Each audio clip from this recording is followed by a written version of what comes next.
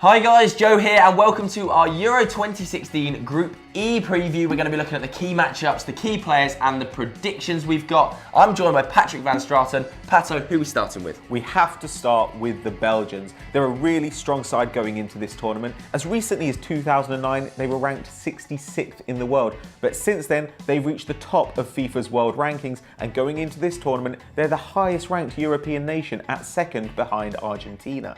Now, manager Mark Wilmots has faced some criticism for his slightly unimaginative tactics and for his insistence on playing Alderweireld and Vertonghen as fullbacks despite their brilliant centre-back partnership for Spurs this season. But, Joe, who is going to be the star? It's very hard to pick a star out of the Belgian team. Obviously, they've got such an abundance of talent, but I'm going to have to put my hat on Kevin De Bruyne. 16 goals and 14 assists in 41 games in his debut season for Manchester City this year under Manuel Pellegrini. He's been fantastic. He'll be looking to impress even more to show Pep Guardiola what he's made of. Of course, Eden Hazard as well started firing towards the end of the season. First half of the season, forgettable, but second half of the season he was fantastic towards the end of it. Be very interesting to see whether he can turn it on for Belgium. Pato, where are they going to do? How are they going to finish? Well, it's hard to see them not finishing top of this group. There's just too much brilliance in that squad. Unfortunately, as the tournament goes on, it looks like they might face Germany in the quarterfinals, so we don't know if they'll make it any further than that. But Belgium, it could be a really exciting summer for you and the Red Devils.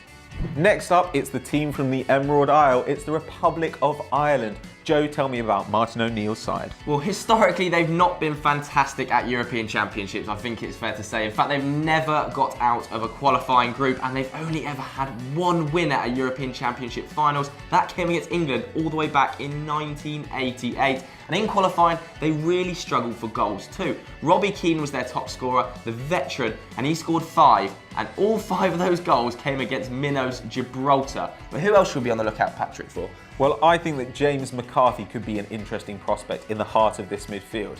As we know, he's a tough tackler, but he's also got that extra bit of class on the ball which they'll need going forward. Their midfield lacks a little bit of creativity, and the link between McCarthy and Seamus Coleman, his Everton teammate, could be really interesting and really productive for Ireland if they want to make it out of the group stage. But do we see them doing that? We kind of do. We see them finishing third and potentially being one of the best third place qualifiers. However, if they do that and they go through to the last 16, they're likely to face France or Spain. So I'm afraid, Republic of Ireland, you're not going to get further than the last 16 in this one. The next team we'll be looking at is Sweden. Patrick, tell me a little bit about them. Well, in classic Swedish style, they're kind of a one-man team. Before it was Thomas Brolin, but now it's Zlatan Ibrahimovic. He scored 11 of their 19 goals in qualifying. That's not great. However, they did make the semis in 1992, so they have a little bit of form at the Euros. However, like I said, it's all about one man. Joe, tell me about it. It is all about one man. Zlatan Ibrahimovic is likely to be his last ever international tournament with Sweden, and he has had an unbelievable season for PSG.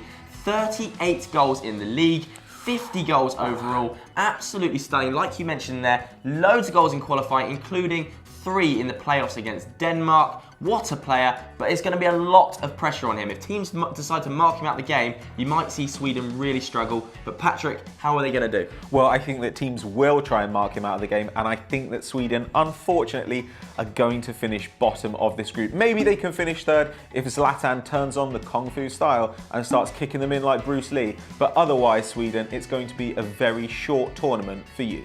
The final team in Group E is Italy, led by incoming Chelsea manager Antonio Conte. Joe, tell me about them. Yeah, Antonio Conte has actually come under a little bit of criticism for his squad selection here. He's left out the likes of Andrea Pirlo, he's left out Sebastian Giovinco, Berardi, some of these players that have actually been performing okay domestically and have got a lot of experience. He's left on the bench in favour of the likes of Zaza, so he's come under a lot of criticism, Conte. However, historically, Italy are actually quite good at the Euros. They won it back in 1968 and they got to the final in 2000 and 2012. But Patrick, who should we be on the lookout for? Well, as you've mentioned, they do suffer in the striker position, the Azzurri. With Eder, Graziano Pelle and Ciro Immobile, I think there's going to be a lot of pressure on Lorenzo Insigne to be the difference. Now, the little nippy Napoli attacker has been great this season with 12 goals and 10 assists in Serie A, and he's going to need to be if the Azzurri want to make it out of this group and deep into the competition like the teams before them. Well, we actually see them finishing second in the group. However, at the last 16 stage, they would likely play Cristiano Ronaldo's Portugal or David Alaba's Austria, two very strong teams. So if you get out the group, Italy, be careful what you wish for. So those were our predictions for Group E, but did we get them right, and who will be the key players? Let us know in the comments below. And if you enjoyed this video, why don't you check out our other group previews? Group D is playing on screen right now, and as always guys, please do like and subscribe. Catch you next time.